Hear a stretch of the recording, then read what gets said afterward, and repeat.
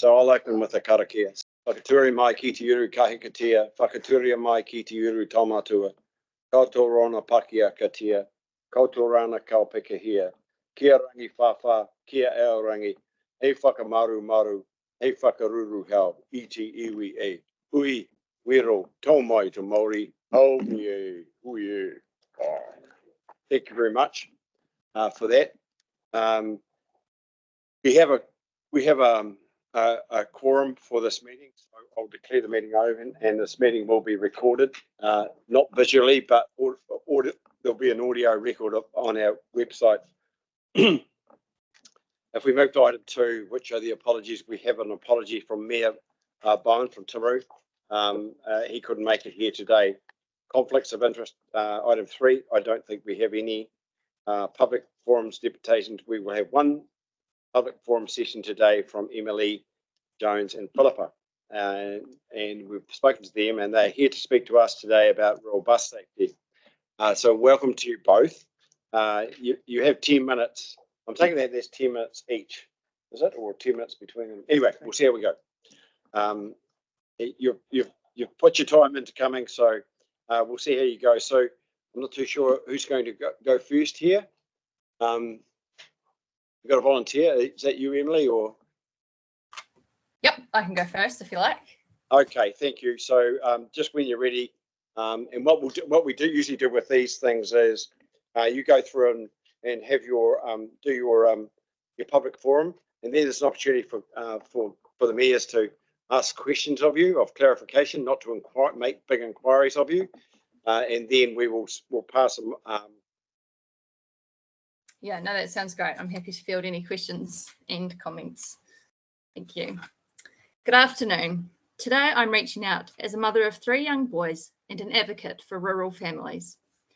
Each day, twice a day, myself, along with thousands of other families across the country, take a gamble putting their children on the school bus.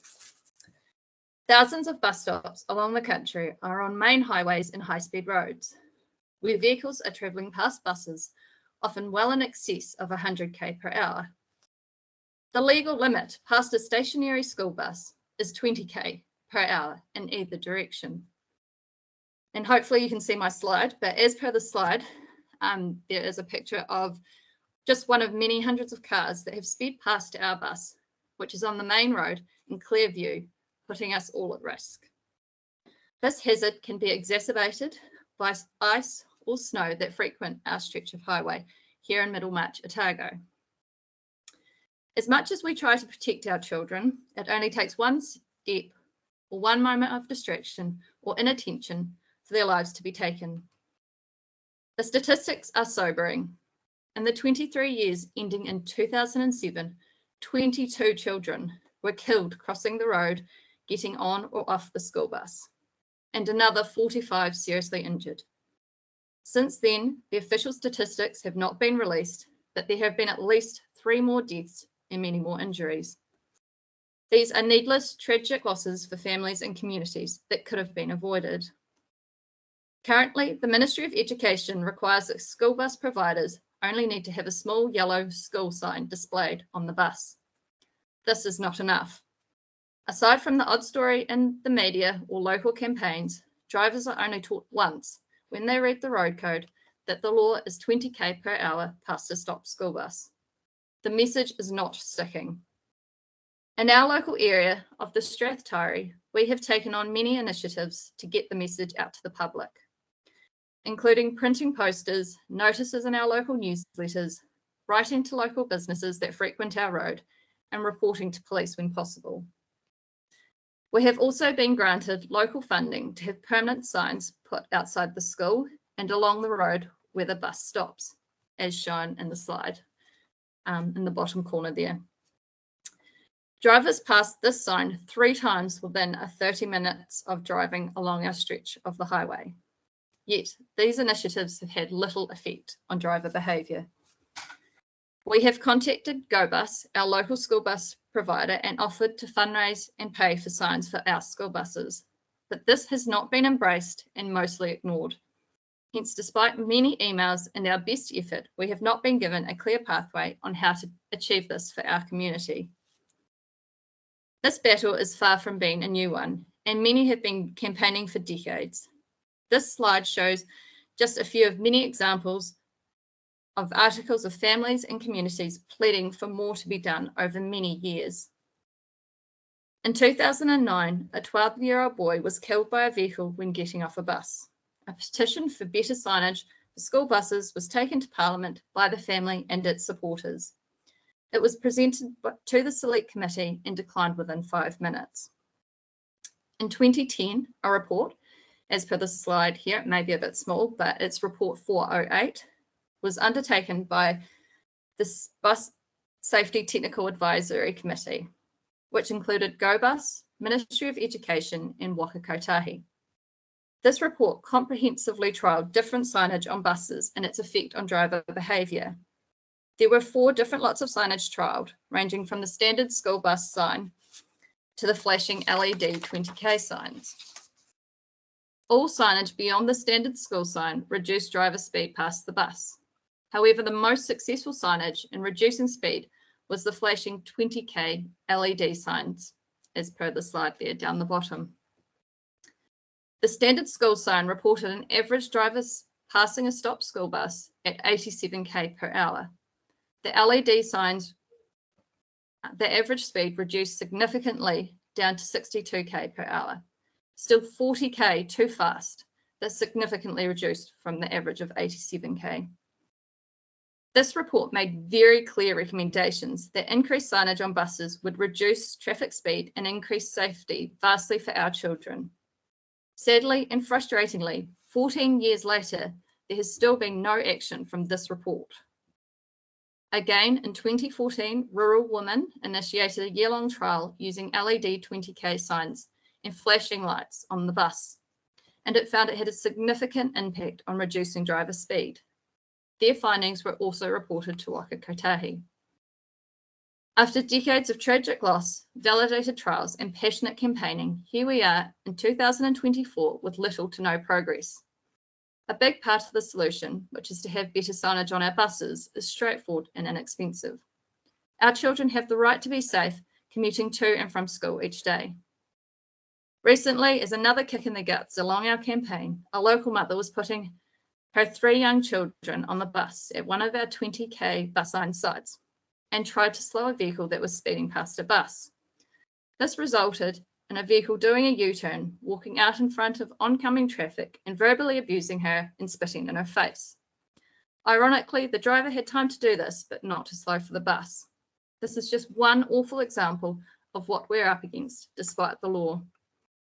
My question today is, how can we make real changes on a pathway that has been full of dead ends and send a clear message to government and the nation that we need to be taking the protection of our school children seriously to stop further injury or deaths? Thank you. Thank you, Emily. So, Mayor Brown from Ashburn asking what those, can you repeat the statistics in terms of death, injuries, the period?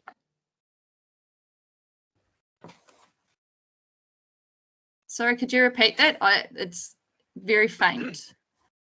Could you just repeat the number of deaths and injuries that you told us about, and over what period of time were they? Early in your presentation when you said it. Yes, so that is actually in that report 408. So that was the year ending 2007, the 23 years before that. I cannot find any statistics since then. They don't seem to be anywhere obvious, bar searching up news articles and finding those. So I would be very interested if there are statistics around about that. Yeah, so we've got James Cogan from Whakatau, Emily, and he's going to see if he can, he's going to see if he can pick some stuff out for you. Sorry, it's still cutting out a wee bit. I'm not sure why. This bit before. Wonderful presentation. Thank you, Emily. I'm Mary back. I'm the Mayor of the Harurui District of Canterbury. You referred to some of the advisory and support through Rural Women. Do you get an understanding of why that never gathered any momentum, influenced any change? I'm not sure of the exact reasons, but I know they did a big media campaign and it was in the Ashburton area, and obviously it did a lot of work around it. From my understanding, it just didn't go anywhere. It's very hard to know who to contact and to get a response and to get any action. So I know they keep it on their agenda. It is something that comes up reasonably frequently within rural women, but the exact reasons I'm not sure of. Okay, thanks, Emily. I think we'll move on to you, Phillipa. So if you want to launch into yours, and we'll see where that gets us. I can do that. Ngā mihi mahana kia koutou katoa, a warm greeting to you all. I'm busy sitting in the car while my girls are at dance practice, so please forgive me for the shaky camera. But I'm Phillipa Cameron from Otamatata, and I'm the mother of 2 school-aged children, and each day, like many other parents, I ensure they're clipped into their car seat, booster or seatbelt to head down the drive along the state highway to our school bus stop. The 100,000 New Zealand children who travel to school via school bus each day and are transported to the bus stop in a similar fashion, the majority are met by a school bus without seatbelts. My youngest daughter recently turned 7. She weighs 18 kilos and legally still has to be in a 5-point harness car seat in the car. Yet an archaic law allows her and every other school-aged child to jump into a bus each day, twice a day, without a restraint. Our children travel 32 kilometres to school each day along a state highway of 83. That means that's a 100-kilometre stretch of road. Yet if I made the same trip myself in our personal vehicle, everyone would be belted up. In fact, I'd be fined by the police if I was pulled over and they weren't correctly restrained. Yet, how did you get here today to your meeting? By vehicle? I bet you all wore a seatbelt. So why are we placing the future, our tamariki of Aotearoa, into buses with no care for their well-being? Did you know that the bus driver legally has to have their seatbelt on? And where is the sense in that equation? I don't have to be in attendance to read your facial expressions. You're all thinking, but who's going to police it? Well, I ask you, who polices you? Who reminds you to click in? It's called personal responsibility, and we need to give the children more credit. 2 years ago, I began a successful petition that saw me stand on the steps of Parliament with St John's Ambulance, Rural Women New Zealand, Federated Farmers, and the support of Rural New Zealand. We were met by many MPs and the head of the Select Committee, Jackie Dean, who accepted the petition. A petition that makes sense when we look at recent media reports from across the ditch in Australia when a truck hit a school bus. Despite many serious injuries, all children who were wearing safety restraints by state law survived. In New Zealand, we would have been reporting deaths. My petition was presented to the House of Representatives on the 20th of May 21. It requested that the House pass legislation requiring that all school buses must have seatbelts. And with many recommendations to be taken into account, the most important was the Ministry of Education requires all new school bus contracts to include a requirement that all providers of school bus services must have a seatbelt fitted. The petition gained a lot of media attention, with myself being interviewed on 7 Sharp outside Parliament, but what irked me most were the out-of-date opinions and statistics that were reported. For example, some argued how it would be policed. Well, my children currently have a school bus with seatbelts. We're very lucky. I actually think the school bus company might be afraid of me. Each day they would hop into the bus and get clicked in. So the bus driver does not utter a word, and nor should she have to. It's not her responsibility, but just good old muscle memory from when travelling in any vehicle. The media often refer to an ACC audit done in 2004 that looked at what would it cost to retrofit school buses. And I'm not and have never promoted the idea of retrofitting. Lap belts are incredibly unsafe, and retrofitting would compromise the bus's structure. My suggestion is that bus companies are given a sensible time frame to update their fleets, and that all tendered contracts stipulate that buses must be fitted with seatbelts. And lastly, the comment, oh, we didn't have seatbelts as kids and we turned out fine. And I know this story. My mum was a local Ōtapopo and Waianakarua school bus driver, and there were no seatbelts, but we didn't travel 32 kilometres to school. With the closures of rural schools, children now travel much further. There was also no touchscreen consoles in vehicles or cell phones to distract drivers. The point here is this, that times have changed and the vehicles on the road have changed too. My concern today is that even though the petition was read in many public and private hearings, the outcome was another report. So perhaps it's time for another approach. To put it simply, there is a lot of contradictory behaviour from different government departments. And let me tell you briefly about some of these contradictions. The Ministry of Education website currently states the following in their list of school bus safety guidelines. If seated, stay seated. Some of you are worried about bus drivers having to police children who don't click in. Surely the poor bus drivers will actually be relieved to see children in one place and not moving about an open vehicle on a 100-kilometre stretch of road. Another says, if you have to stand, move to the back of the bus, put your bag on the floor and hold on to a seat back or handrail. It actually says that on the website. Yes, we're talking about children standing in vehicles on open roads. Whakakapi states that wearing a seatbelt increases your chance of surviving a crash by 40%. The Ministry of Transport's Road to Zero campaign states we have a vision of 0 deaths and serious injuries in New Zealand roads by 2030, and goes on to say, international best practice recommends the use of an appropriate child restraint. Now, I may be looking at this too simply, but what if Whakakapi, who sets the vehicle standards, was to team up with the Ministry of Transport and its Road to Zero campaign, was to have a chat to the Ministry of Education and get 2 sentences added to the bus contracts that are tendered out to passenger bus companies. One that supports my presentation and one that supports Emily Jones's presentation about effective signages on school buses. Why don't we resolve many issues? I'd like to conclude with a quote from the Southern District Health Board Trauma Medical Director, Mike Hunter. It was in the Otago Daily Times, May 25th, 2021. The laws of physics don't change just because you're in a large vehicle. Deceleration will crush or rip apart your vital organs just as effectively, whether you're in a bus or in a car. Thank you for hearing both Emily and I today. We really do appreciate it. Thank you for your advocacy and your passion, Phillipa. We've got some questions. Yes. Yeah, Phillipa, it's great to have you from Waimea here. Thanks for your presentation. It's probably more actually to you, Peter, is what can we do about this?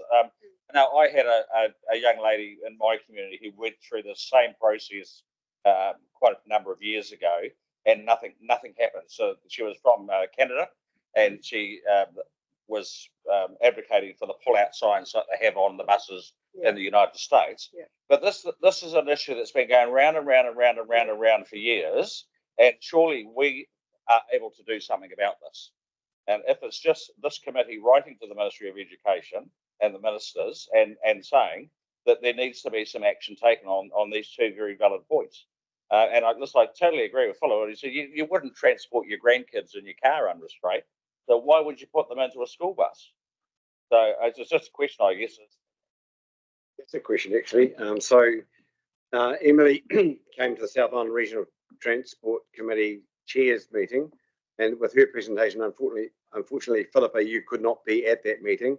I made the commitment to bring the issues that you bring to a national discussion, and we've had a bit of a national discussion.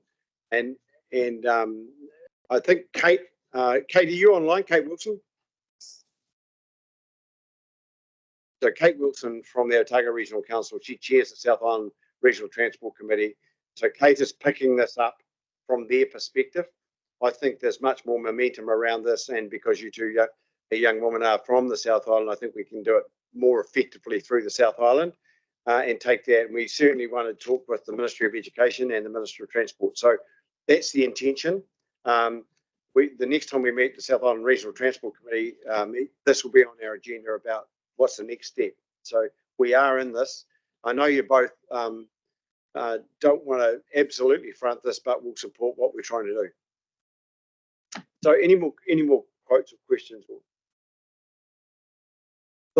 Look, that's been really good, actually, both of you. I think they're 2 independent issues, but connected. They're about safety. They're about trying to protect the children, and you know, all of us have got either children or grandchildren.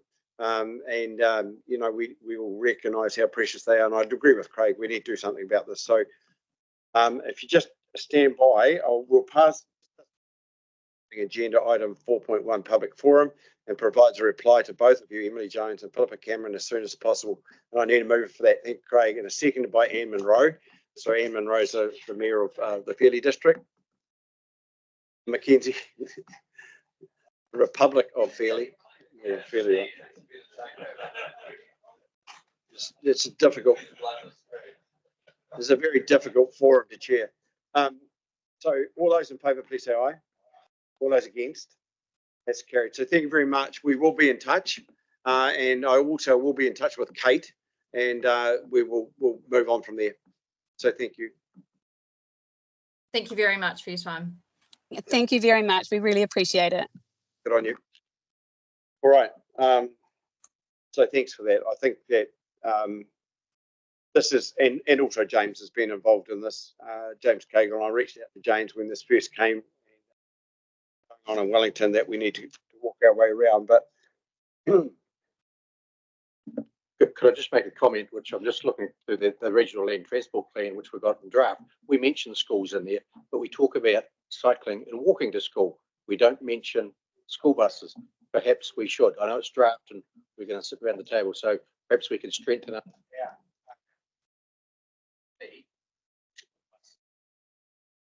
So Emily, I maybe you should pass that on to Phillipa. She's bolted, but she is one of our ratepayers, and she could do a submission to our regional land transport plan. Are you there? You'll do that, Phillipa. Yeah, I'm more than happy to do that. Thank you. So that closes. The submissions close next week. So Right. On Monday. But all you need to do is like a few words. You'll sort it out. So thanks. That's great. Thank you. You're welcome to stay and listen to this. It's riveting, I tell you. Item 5, it's extraordinary and urgent business, and we don't have any. There's no notice of motion, and we'll move to 7.1, which is the unconfirmed minutes of the Canterbury Regional Transport Committee, 27th of November 2023. And we've also got the opportunity here to take PX. There's no inquiry around the table about the PX minutes. We'll save us going into PX at the end. If we can confirm them now, if you're happy to do that, we could get those out of the road now. But we'll first move to the minutes for the Regional Transport Committee meeting, 27th of November 2023. Have a mover for that. Thanks, Sam, and thanks, James. All those in favour, please say aye. All those against, carried. So these minutes here, which are of the meeting, Thursday, 22nd February 2024, would someone like to move that they are accurate? Thank you, James. Thank you, Dan. Any queries on those? If there's no queries on those, I'll put that recommendation that we confirm those. All those in favour, please say aye. All those against, that's carried. So Canterbury Regional. Kia ora koutou. So this is the purpose of this paper is to provide visibility to the committee of the status of the resolutions. Just the only two notes that I'd make is that there are two current resolutions in orange in progress. So that is the Regional Public Transport Plan Development, which this committee has been tasked to look at the to be the hearings panel for the broader regional area for public transport beyond Greater Christchurch. And secondly, the last one, which is on the list there, 8.4, which is around the rail piece of work, long-term plan. Just note in that regard, so our long-term plan is due to go to council next week, next Wednesday. I believe the agenda is going out tomorrow for that. So that'll be public. One of the items was to include that funding for the market demand and rail utilisation study in year one of the LTP. Through the discussions with council through development of the LTP, that funding has actually been put into year two due to the financial considerations that everybody is dealing with at the moment. So just to note that. So when you do see our LTP, that's where to find that piece of work. So that's the only two that I'd like to draw the attention to the committee. Thank you. Jess, is there any clarification on Jess on those things? There's nothing to clarify, Jess. Thank you for that. Any discussion? no discussion, so I'll put that motion up there, which is that we receive. I'm not even that. Yeah, there we are there. Notes the resolution stays report. And he's from, actually, you've got a better description of your districts. It's like, it's all Kaikoura, isn't it? It's like Fairley and Mackenzie and Twizel, bloody Albury. Okay, so it's been moved by Mayor Mackel and seconded by James. Okay, all those in favour, please say aye. All those against. That's carried. So thanks for that. Now, the 8.2 is the minutes of the South Island Regional Transport Committee, and the most interesting matter, in my opinion, was the one you've just heard, actually, because it came to us, and Phillipa's written submission is also in there and part of those minutes. But, Jess, is there anything else there that you want to highlight? Through you, Mr. Chair, probably just mainly the South Island freight study work that we're doing. So a detailed project brief has been developed on that. It's being finalised as we speak. So once we've got that finalised, we'll be getting on with that work, working closely with Whakakapi, and the Ministry of Transport is actually doing a whole lot of work in this space as well. So we'll provide continuous progress updates on that work through this committee as well. You touched on the other presentations that we've had on the safety, bus safety. The other two things there, we did invite Minister Brown to the next South Island RTC meeting in April. Unfortunately, he has declined. So we'll seek other opportunities with the Minister to get in front of him around some of the South Island transport issues. And we'll be looking to invite Kiwi Rail to the table for a briefing update at the next South Island RTC meeting. Oh, so that's largely. Oh, sorry. The one other thing was also in your papers. I believe it's on page 62, which is an A3 size map of the South Island. What we're looking at doing there is through the committee is pulling together a snapshot of what's happening across the South Island in terms of transport. So these are what you see here on this, and it's still in development. It had some feedback in its initial stages from the committee, is to highlight the regionally significant activities across each part of the South Island, so we can collectively provide a picture to government around the level of investment that's required across the South Island. So potentially quite a telling story from an advocacy piece. As we obviously go through our regional land transport plans, and once we know more about where the GPS is headed, this will influence what we are able to show on this map. So there's a few other changes that the committee suggested around the different, safety, resilience, those type of things, and how we articulate that. But a very telling story when you put the dollars next to each of these projects, as well as to how much funding is required in the South Island, and then potentially the significant gap that we're seeing as well. So that was a work in progress, but we'll bring some further back to the committee here as well. No, I think it's significant that the South Island Chair is supporting that freight study, the continuation of that, because that is some base information that we've used. We've used that information in the past in terms of, that freight summit that we had, and we got some quite good opportunities out of that came out of that. And I think, as Jeff said, once we know what the GPS looks like, there's maybe an opportunity for us to actually get down and have some decent discussion. We did also, Sam, I remember we had Nicole Rosie over here we talked to her about, hey, is there anything that we can do to integrate some of that talking into you before we actually get rained on by money, like RLTP? Is there a discussion possibility outside of that? Do you think that's still worth following through with, Sam? Yeah. So we should do that. I mean, we should think about that, whether we can get Nicole here, James. Would that be possible?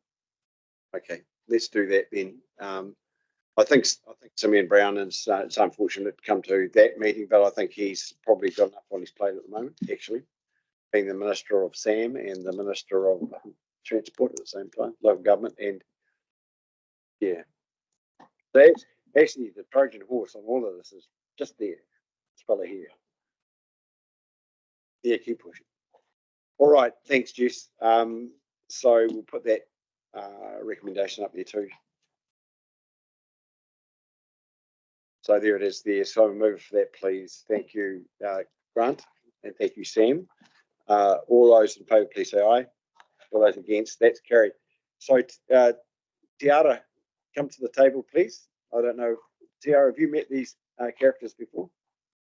So Tiara's here to talk to us about the regional speed management plan.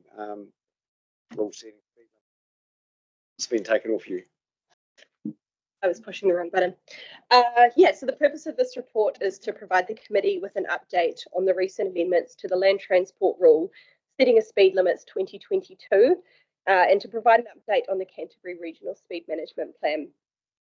The report seeks agreement that staff pause all work on the Canterbury Regional Speed Management Plan until further advice has been received from the Minister of Transport on his intentions to further amend the rule. Under the 100-day action plan, the government has committed to replacing the rule and implementing new objectives for road safety. The Minister has advised that a new rule will seek to ensure speed limits take into consideration economic impacts, travel time, and variable speeds on school zones. The Minister has encouraged the regional transport committees and road controlling authorities to stop work on speed management planning and not to take any further decisions about speeds until the new rule is in place. The Minister's letter is attached to this report for the committee's information. The 10 road controlling authorities in Canterbury have progressed their interim or full speed management plans at the rate that their elected members see fit. It's important to highlight within Canterbury, under the current rule process, that there have been no blanket speed limits applied or speed limit reductions taken without community consultation prior. Community consultation is a requirement of the current rule. Local speed limit reviews are done by area, first designed by the environment which the road sits in, and then has the Whakakapi One Network framework applied. Canterbury Regional Council staff, we continue to support the local road controlling authority staff where necessary to ensure empowerment of local community-driven decision-making for speeds appropriate in that area are undertaken, whether that be on rural or urban roads.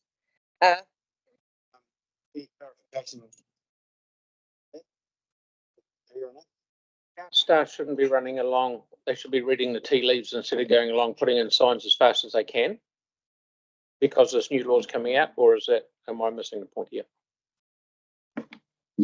Your staff have continued work as they see appropriate with the funding that is available at this time. So yeah, I've taken it as appropriate, and the speed limits and the communities have been consulted. So it doesn't seem to be a lot of tea leaf gazing here. So that's right. Well, that's good. Carry on. Thank you for the report. It's good to see where this particularly frustrating after 6 months of community consultation. The day we were in our council meeting to approve and have it all done and signed off and ready to have signs put up outside schools to start this year, we received the advice from the Minister, and we, because of the uncertainty, we stopped and didn't put that through. That has left lots of families in our community really upset with us. At us because we're the implementers, actually at government when they talk to us about it, but we're the ones that were doing the speed limit stuff. So I get that this is the right thing to do at the moment, because otherwise there's a potential to waste a lot of money and then have to backtrack on it. But everyone's done quite a lot of work, and it'll be a shame to, I think it is a shame that we're having to stop a lot of where that's going now, when most of it will actually be able to continue, because with community consultation, that is the whole nature of what the government wants to see, is community ownership. And without that community consultation, that's caused most of the discussion across our country. What Canterbury councils have done has been a discussion with our communities to take them along on this journey. So I support the direction of the paper, but just note certainly Selwyn's frustration, and no doubt seeing the good work that's gone on by many other councils, that's a shared feeling. Yeah, I think we'll note that, Ollie. We'll note these comments because you did right, Sam. There is a lot of work being put in. It is the things that we're supposed to be doing, talking to communities and seeing how they think.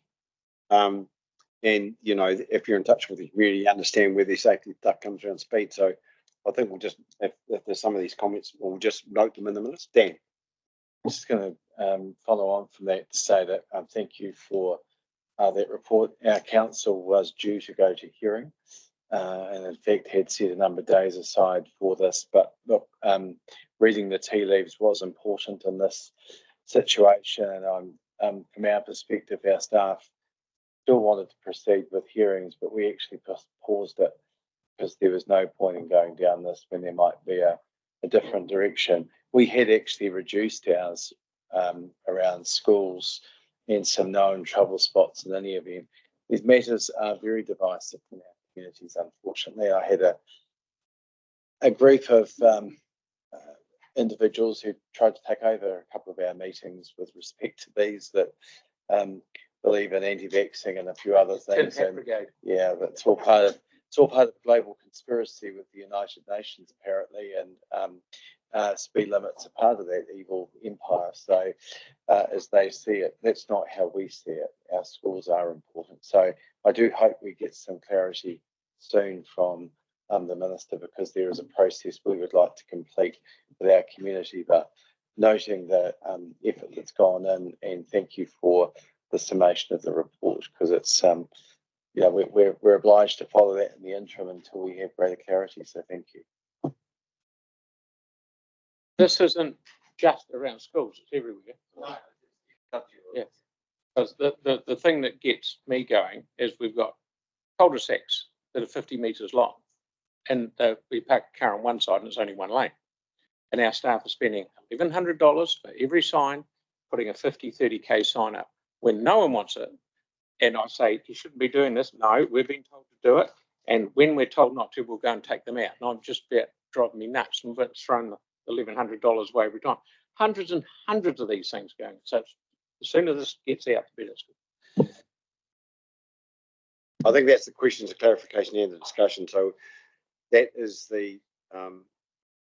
that's the recommendation there. So just noting these things, and agrees to delay further work in developing Canterbury Regional Speed Management Plan until such time the land transport rules setting of speed limits 2022 is replaced or updated and can be considered in the development of the plan.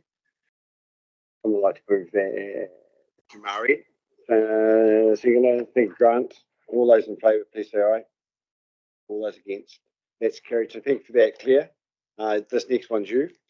So submission on draft government policy statement on land transport, which has been interesting stuff for us to think about this. And we now know that stuff is reported that it's imminent, James, 27th of March, February, March. Yeah, is that clear? Has that been clarified, or Catherine, will you make that? So that comes through a comment what's her name, Nicola Willison made and on stuff. Anyway, over to you, Claire. Lovely, thank you. Good evening. So this is a replica paper, not quite a replica of when you guys delegated authority for a GPS submission. Last time we had a new GPS come out last year, so it's seeking your approval to delegate that again. We're expecting a very short time frame for turnaround on any submission, and it's not likely to be in time for the April 18th meeting, so it'll be in between this meeting and the next meeting. And we haven't had it confirmed from the Ministry of Transport staff, the 27th of March date. That has only been in the media from the Minister of Finance at this point. So it's nothing really clear, but a repetition of what you've already said before. We have no additional information whatsoever about the content of the GPS. Yeah, look, I don't know if there's any point in discussing this any further. Things are imminent. We can talk about this for hours, but I don't think we're going to prove anything here. So I'll go straight to this, if you don't mind. That's the recommendation. So it delegates to myself, when it does come out, we need to make submission on it. We will do that, but we will make sure that we contact you and we can then sign off it that way. So that's that bit. Agrees a draft will be circulated. That the submission will be progressed as a combined Canterbury Regional Transport Committee and Canterbury Mayoral Forum submission respective peers will retain the final decision and sort out. There we are. Move for that. Thank you, Craig. Second for that. Thank you, Neil. Craig Waimeti, Craig Rowley. Mia Rowley. And Mia Brown. Well, hey, the other Mia Brown. He's made a distinction between himself and Wayne. He did mention to me that he should be referred to as the senior Brown, senior Mayor Brown. All those in favour, please say aye. All those against, that's carried. So now we go to the most exciting 8.5, which is the report from the chair. So there's no staff advice on this. The key points are there under 2. We've already talked about the government policy statement, consultation on the draft land transport plan 2024 is due on Monday, as we've discussed that already. The hearing panel terms of reference, some information on that there. The VKT stuff, there's some interest in that there. That has been, I think we got 200,000 out of that, Jess, did we? And then that's all over and done with. Here you go. Originally, we had put forward we already had that in play. So we managed to receive that 200,000 and use that to do some capital management behaviour review work, which was really useful for the Greater Christchurch Transport Plan and other work that we'll do as well. So yeah, so it went from 1.3 to 200,000, but that's where we landed. So we'll keep going with that work and continue with our existing budgets. Look, I skipped over regional land transport plan annual monitoring. Also, there's been some updates on that because the initial measures of deaths and injury weren't correct, particularly around, I think, trucks had increased. I will ask, the reason for that inaccuracy was clear. We have an automatic link through the crash analysis system to update us, and the public information hadn't been released into that yet, up to date. So we thought we were pulling automatically updated data, and it wasn't, unfortunately. So we have provided that information for you to amend that. Right. So that's good to know. I don't know if anybody else wants to comment on this stuff, but we've got one more item after this. But that's the recommendation there if someone wants to move that recommendation. Thank you, James. Thank you, Craig. All those in favour, please say aye. Peter, could I ask a question on the chair's report, Tom? And it'll be to Whakakapi. I know with our roading program we renew X kilometres of road every year on our network that's so many kilometres long. What is the renewal rate for the state highway network per year? Would you like that nationally or for Canterbury, Neil? Canterbury. I don't have either on me, but I can absolutely get you those renewal rates, and I can get them at the breakdown of whether they're reseals or rehabs and all that. We're happy to get that. Yep.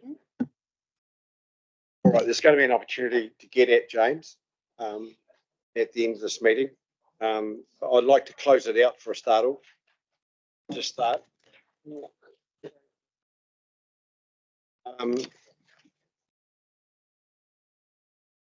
Okay, so this has been moved by James and seconded by Craig. All those in favour, please say aye. All those against, that's now carried. Now, what I want to do now is say that the next meeting of this committee is on the 30th of May 2024, and I want to finish this meeting with a Karakia, so we're finished, and then we've got some time with James to be open and blunt with him. If you want to take that opportunity, and there'll be, and I think that we need some confidentiality around that in the room, so that you can give us some secrets, James. But that's the intention. James made the offer. I'm correct, James? Yeah, he did. So I'll finish with Anuia Kiti Uru Tapanui o Tāne.